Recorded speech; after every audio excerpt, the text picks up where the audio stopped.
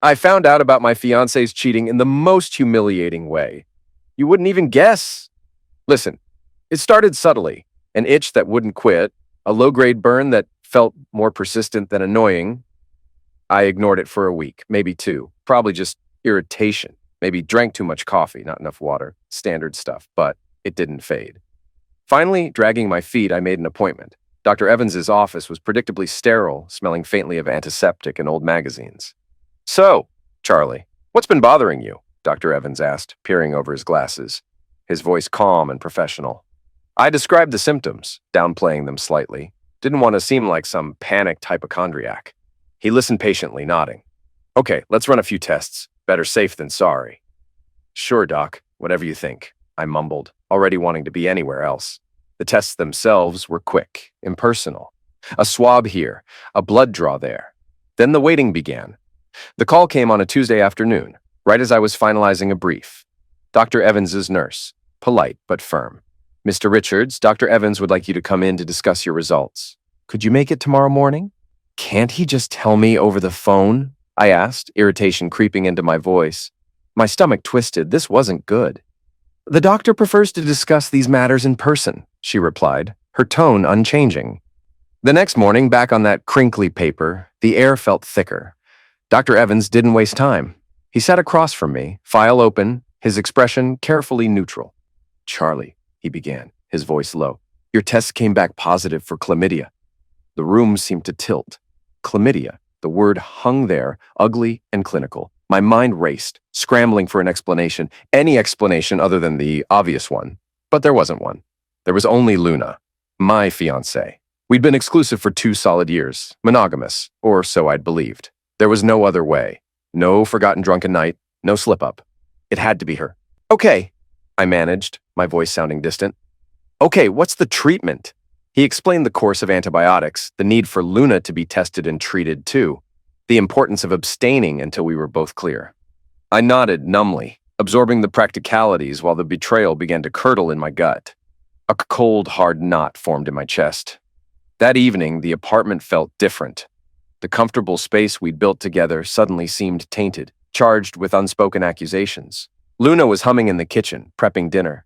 She looked beautiful, effortlessly so, her dark hair tied back, a smudge of flour on her cheek, the picture of domestic bliss. I waited until we were sitting down to eat, the silence stretching between us, punctuated only by the clink of forks on plates. I couldn't hold it in any longer. The anger, the sense of violation, it was a physical pressure.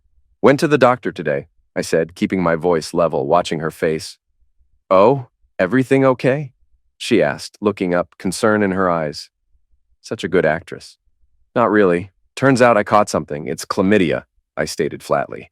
Her fork clattered onto her plate. Her eyes widened, first in shock, then rapidly clouding with something else. Indignation, disbelief. "What? Charlie, what are you saying?" "I'm saying I have chlamydia, Luna, and since I haven't been with anyone else, I'm asking you how I got it." The accusation hung heavy in the air. Her face flushed crimson. She pushed her chair back, standing abruptly. "How dare you?" Her voice trembled, but with rage, not guilt. "How dare you accuse me? You think I gave this to you after everything?" "There's no other explanation," I said, my own voice rising despite my efforts to stay calm. "No other explanation?" She practically shrieked, her hands clenched into fists. "Are you serious? Maybe you picked it up at the gym sauna. People get things like that. Or maybe," her voice dropped, laced with venom, "maybe you're the one who's been sneaking around and now you're trying to pin your filth on me." Her performance was incredible. The righteous fury, the wounded tears welling in her eyes. It was flawless. For a sickening moment, I actually faltered.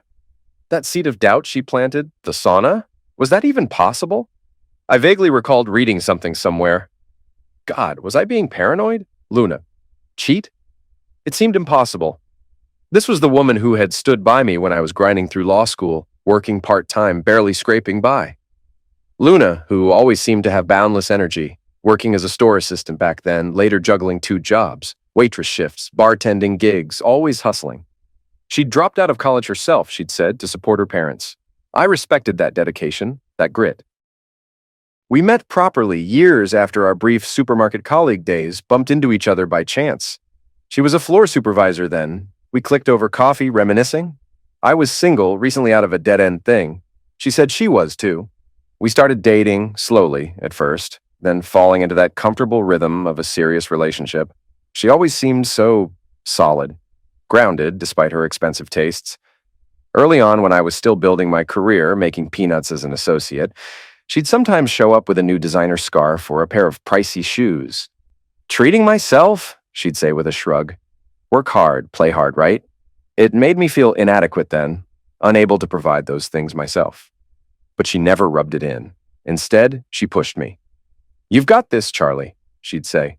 "You're brilliant. Don't settle. Go for that partnership." She had this unwavering belief in me, this fierce ambition for me. And it worked. Her faith, her constant encouragement, it fueled me. I put in the brutal hours, networked, played the game. Last year it paid off. Junior partner, the salary jump was significant. Finally, I could be the provider. I could buy her the nice things she deserved, the things she used to buy for herself. One of the first things I did was suggest she cut back on work. "You don't need 2 jobs anymore, Luna," I'd said, picturing cozy evenings together, weekends free from her exhausting schedule. "Keep the dealership job if you like it, but drop the evening hustle?" She'd seemed genuinely relieved, touched even. "Really, Charlie, you mean it." She quit the waitressing gigs almost immediately, keeping only her sales manager position at the upscale car dealership downtown. It felt like we were finally moving into that comfortable, secure future I'd worked so hard for. Then came the bag incident, the turning point, really. It was a few months ago, right before her birthday. Things had been good, mostly. We were settling into this new phase of our lives. I was finally making decent money. Luna had scaled back to just 1 job, and I thought we were in a good place. I remember we were sitting on the couch one night, Netflix playing in the background, both of us a little tired but comfortable. I asked her, almost offhand, "So what do you want for your birthday this year?" She turned to me with this hopeful little smile, tucking her hair behind her ear. "There's this Chanel bag I've been dreaming about. I saw it in the shop window last week. It's about $3,000 for a handbag." I honestly thought she was joking. I snorted. "Wait, what? Are you serious?" Immediately, her smile disappeared. Her eyes narrowed, and for a split second, there was something almost wounded in her expression. "Why is that funny?" she snapped. "You think I don't deserve something nice?" I tried to reel it back in, realizing too late how it sounded. "No, Luna, it's not that. Of course I want to get you something special. But $3,000 just for a bag? That's kind of crazy, don't you think? It's just a lot." She stared at me, her jaw clenched. "A lot for you, maybe. For me, it's a dream. Something I never thought I'd ask for. But I thought you'd want to give me something meaningful, now that you can. After all the years, I worked myself to the bone, supported you when you were broke." "I know you did, and I appreciate it," I said, my voice getting tight. "But Luna, $3,000 for a bag is just frivolous," she cut in, her tone sharp as a knife. "After everything, you're just like all the rest. You want to spoil me, but only on your terms."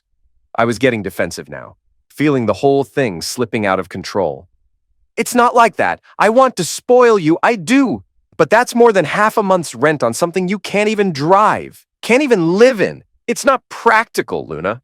She stood up abruptly, grabbed her keys from the table, her whole body rigid with anger. "I don't want practical, Charlie. I wanted something special. Something to show me you see how hard I worked, how much I gave up for you, but you don't get it. You never do." And before I could say another word, she stormed out, slamming the door so hard the walls shook. I just sat there, stunned, watching the door vibrate on its hinges, wondering how a simple question about a birthday present could turn into this gaping crack between us. We didn't speak for 2 days. The silence in the apartment was heavy, suffocating. I wrestled with it. $3,000 was a lot for a bag. It felt wasteful, irresponsible even. But then I thought about her face when I laughed. I thought about her unwavering support when I was nobody. The guilt gnawed at me. Eventually, I caved. I called her, apologized, and told her I'd get her the bag. She came back relieved, apologetic herself for storming out. We made up. But a tiny fissure remained, a hairline crack in the foundation, and now this, chlamydia, her furious denial echoing in the tense apartment. Was the sauna thing really plausible? Could stress manifest like this? No. My gut screamed betrayal, but her performance, it was so convincing, so utterly woundedly convincing. I need some air," I stammered. pushing back from the table, needing to escape the claustrophobic tension, her tear-streaked, accusing face. I grabbed my keys and walked out, leaving her standing there amidst the ruins of our dinner. Outside, the cool night air did little to clear my head. I walked aimlessly, replaying the scene, her words, her fury. Could she really fake that level of indignation? She was lying. She was terrifyingly good at it. I pulled out my phone and called Dave. My oldest friend knows me better than anyone. He's cynical, pragmatic, sometimes brutally honest. Exactly what I needed. "Charlie, what's up, man? You sound weird," he answered, background noise suggesting he was at a bar. "Dave, I need to ask you something, kind of personal," I started, lowering my voice as I ducked into a quiet side street. "I'm at O'Malley's. You sound like you could use a drink. Come down." 15 minutes later, I slid onto a bar stool next to him. He took one look at me and shook his head. "Geez, Charlie, you look like hell. What's going on? Is it possible to catch something like a chlamydia from like a gym sauna or something? Non-sexually?" The question felt stupid, even as I asked it. Dave burst out laughing, a loud, incredulous laugh. "A sauna? Are you kidding me, Charlie? Did Luna feed you that line? Jesus Christ, man, wake up!" His bluntness cut through the fog of doubt Luna had created. She denied it, got really upset, accused me back. "Of course she did. Classic deflection." Dave's voice was sharp now. "Look, I know you think Luna walks on water, but statistically, no, you got it from her or she got it from you. Since you sound pretty sure it wasn't you, well, do the math. Don't be an idiot, man." The cold knot in my chest tightened. He was right. The sauna excuse was pathetic. Her anger was a performance. "What do I do, Dave?" I asked, feeling lost. "First, protect yourself. You got proof, no? Then get some. You can't just accuse her without solid evidence, especially if you're planning on kicking her out or breaking the engagement.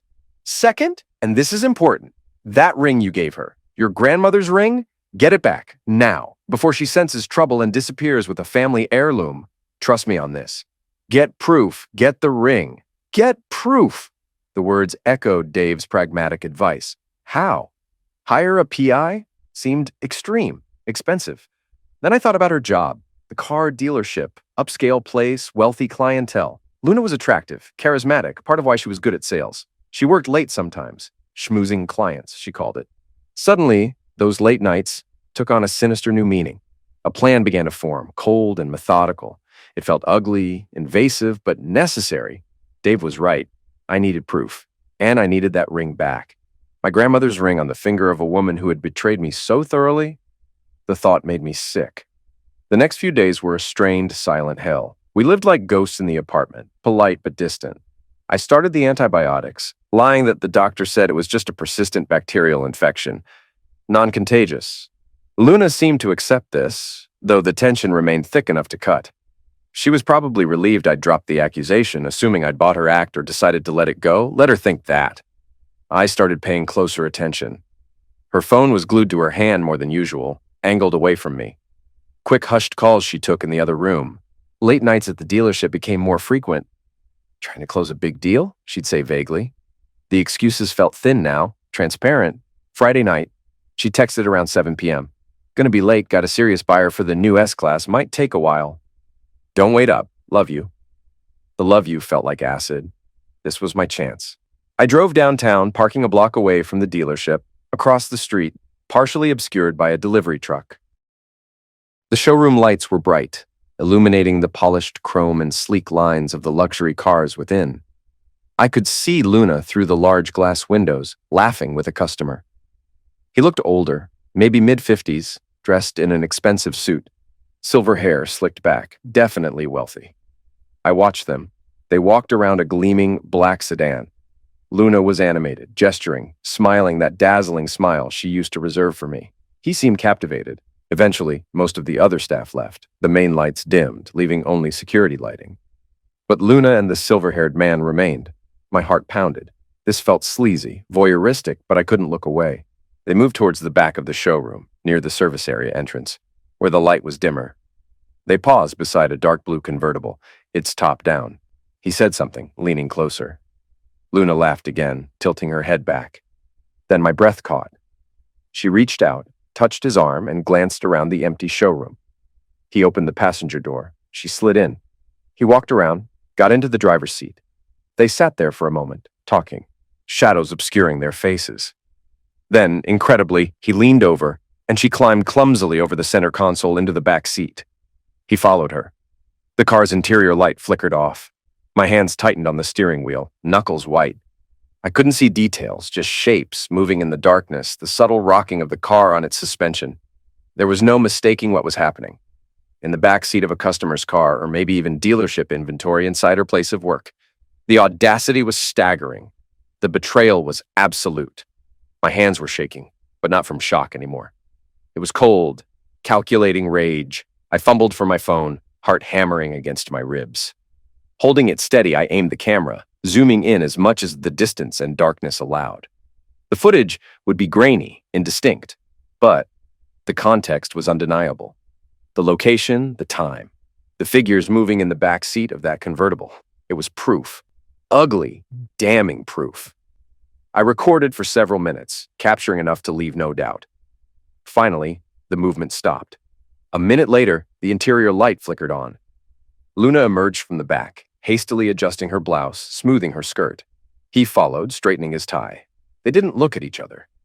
He got out, walked quickly towards the main exit. Luna lingered, checking her reflection in the car window, running a hand through her hair before heading towards the employee exit at the back. I sat there for a long time after they were gone, the phone heavy in my hand, the video file saved. The rage had subsided, replaced by a chilling emptiness.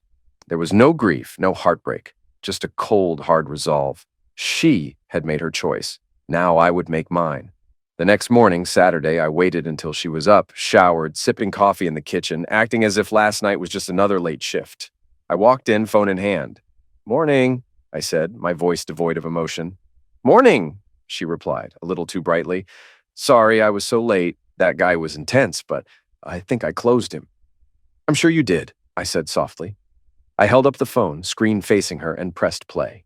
The grainy video filled the screen. The dark showroom, the blue convertible, the shadowy figures in the back seat. Her coffee cup slipped from her hand, shattering on the tile floor, coffee splashing across her bare feet. Her face went utterly pale, her eyes fixed on the screen, mouth slightly open. The color drained away, leaving her looking stark and exposed. She looked up at me, pure, unadulterated panic in her eyes. "Charlie, how does it matter?" I cut her off, my voice like ice. "What matters is this. What matters is the chlamydia you so convincingly denied giving me. What matters is the lie our entire relationship has been." She started to stammer, tears flooding her eyes now, real tears. Finally, "Charlie, please, I can explain. It happened. I was stressed. The bag thing." "Save it," I snapped. "I don't want explanations. I want one thing. My grandmother's ring. Now." I held out my hand. Her eyes darted from my face to my outstretched hand, then back. Defiance flickered amidst the panic. She instinctively covered the ring on her left hand. "No, you gave it to me. We're engaged." "The engagement," I said, spitting the word out, "is over. The relationship is over. Everything is over. Give me the ring, Luna." Something hardened in her expression then. The panic receded, replaced by a sneering bitterness. The mask slipped completely. "You want to know the truth?" she hissed, her voice dripping contempt. "Yeah, you got the clap for me, and you know what? She gestured vaguely, presumably towards the man in the video or some other conquest, wasn't the first, not by a long shot. My stomach churned, but I kept my face impassive. She saw my reaction, or lack thereof, and seemed spurred on, needing to wound me further. "I've got plenty of lovers, Charlie. Men who aren't cheapskates like you. Men who appreciate a woman who knows what she wants and isn't afraid to take it. Men who give me the gifts I deserve without making me beg or feel guilty." She laughed, a harsh, ugly sound. "Those expensive things I used to buy myself, the scarves, the shoes. You really thought I bought those on a waitress's salary? God, you're naive." It hit me then. The pieces clicked into place with sickening clarity. The designer items early in our relationship weren't bought with her hard-earned money. They were gifts, rewards for services rendered. All this time, while I felt inadequate, she was being bankrolled by other men. While she pushed me to succeed, she was hedging her bets, enjoying the perks of infidelity. Her hustle wasn't just about working 2 jobs, it was a different kind of hustle entirely. "Finally, you get it, genius," she sneered, seeing the understanding dawn on my face. She turned on her heel and stormed towards the bedroom. I heard drawers slamming, closet doors banging. I didn't move. I just stood there, listening to the sounds of her packing, the sounds of our 2 years together being erased. The ring gleamed dully on the counter. I picked it up. It felt cold. She emerged 20 minutes later, dragging a suitcase, her face set in hard lines, eyes red-rimmed but defiant. She didn't look at me as she walked to the door, pulled it open, and stepped out, slamming it shut behind her. Silence descended. Absolute deafening silence. I sank onto a kitchen stool, the weight of the past hour, the past 2 years, crashing down. But still no tears, just a vast, cold emptiness and a burning, righteous anger. She thought she could play me, use me, betray me, and just walk away? Not a chance. But that wasn't enough. I wanted to see it for myself, to know she wouldn't wriggle her way out of this one. That afternoon, I drove to the dealership and parked across the street. Through the glass windows, I watched as Luna went about her day, pretending nothing was wrong. Then, I saw the owner step out of his office and call her over. His voice was low, but firm. "Luna, could you step into my office, please?" Luna flashed her practice smile, the same one I'd seen 100 times. "Of course, Mr. Henley. Is something wrong?" "Let's discuss inside," he said, his face unreadable. I saw them disappear into his office. Through the frosted glass, the conversation played out in shadows and tense body language. After a few minutes, the voices grew louder. "You can't be serious!" Luna's voice cut through the quiet of the showroom, sharp, desperate. "I'm afraid I am," the owner said, his tone flat and businesslike. "We've received serious evidence of gross misconduct. You're being let go, effective immediately." "But, Mr. Henley, please, I can explain." Her words were frantic now, rising in pitch. "There's nothing to explain, Luna. This is non-negotiable. Security will escort you to gather your things." I watched as Luna burst out of the office, face flushed, eyes brimming with angry tears. She stormed to her desk, shoving files into a cardboard box. A couple of her coworkers exchanged awkward glances, unsure whether to offer comfort or distance themselves. One whispered, "Luna, what happened?" She shot them a venomous glare. "Mind your own business." She spotted me standing by my car outside. For a moment, her gaze locked on mine, blazing with hatred. I didn't flinch. I just watched, steady, as she turned on her heel and marched out into the parking lot, box in arms. As she passed me, she hissed, "You did this! You happy now?" I met her stare, calm and cold. "I'm not happy, Luna, but I'm done letting you walk all over me." She scoffed, turned away, and disappeared into her car, slamming the door so hard the sound echoed across the lot. Next, I contacted a private investigator Dave recommended, a discreet, expensive professional named Marcus Thorne. I met him in his sparse, anonymous office downtown. I laid out the basics. My ex-fiancée, Luna, suspected long-term infidelity. I wanted confirmation, details, names, dates, locations, specifically over the past year or two. Thorne listened impassively, took notes, quoted his fee. I paid the retainer without blinking. Money was no object now. This was about principle. It was about consequences. While Thorne worked his magic, I focused on the legal angle. I consulted with Sarah Jenkins, a sharp litigator in my firm who specialized in civil suits, though usually corporate ones. I explained the situation, the diagnosis, the confirmed infidelity leading to transmission, the emotional distress. "Negligent transmission of a disease," Sarah mused, tapping her pen. "It's viable, Charlie. Damages could include medical costs, pain, and suffering. Potentially punitive damages, given the deliberate concealment." "Do it," I said. "File it. Serve her wherever the PI finds her." Thorne delivered his report 2 weeks later. I sat across from Thorne in his cramped office, the blinds half drawn, stacks of case files everywhere. He slid a thick folder across the desk to me. Thorne cleared his throat. "I finished the report. It's extensive." I opened the folder, my eyes catching photos, printouts, names I didn't recognize. "How bad is it?" He looked at me, all business. "She wasn't just looking for opportunity, Charlie. She made a lifestyle out of it." I let out a shaky breath. "How many?" He hesitated, then answered, "At least 5 different men in the last 12 months. That's aside from the silver-haired guy in your video." I flipped through the pages, my heart pounding. "These guys, she met them all at the dealership?" "Not all," Thorne replied. "Some were test drive customers. She'd schedule appointments late in the evening. The drives went way past the usual route, sometimes hours. Other times she'd close up late. But it wasn't just paperwork keeping her there." I shook my head, sick. "And the others?" "Hotel bars." She told you she had waitressing shifts or had to stay late. She was meeting men, wealthy types. I pulled security footage, even got some snapshots myself. Everything's in here. Names, dates, photos. I thumbed through the evidence. She was systematic. Thorne nodded, his voice low. She covered her tracks well, but she got careless. You said you wanted the truth. Well, here it is. I closed the folder, feeling the weight of it in my hands. Yeah, I wanted the truth, just didn't think it would be this much. The report included current addresses or workplaces for most of them. Coldly, methodically, I drafted another email. Subject: Important health notification regarding Luna Simpson.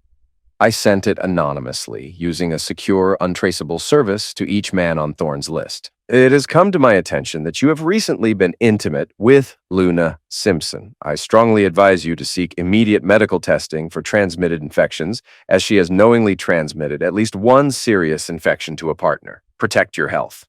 I felt a flicker of dark satisfaction, imagining their reactions, the disruption, the potential fallout in their own lives. They were complicit after all.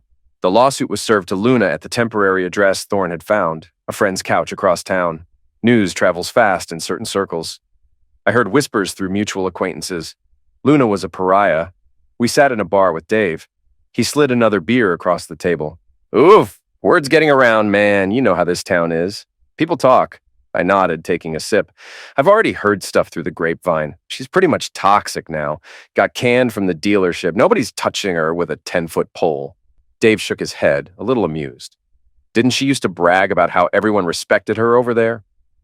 I snorted.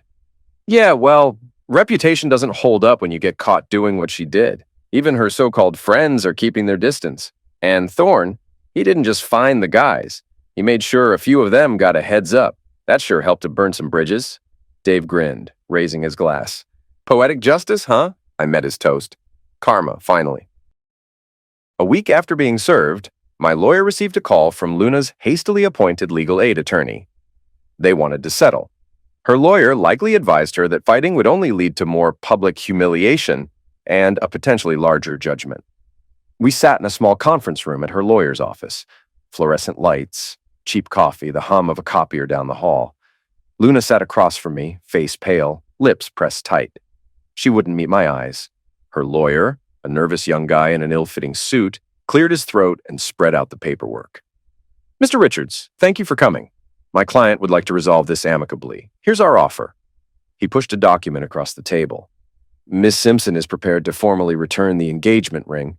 It's already in my possession, I interrupted, voice flat. He nodded, flustered. Yes, of course, but this will make it legally indisputable.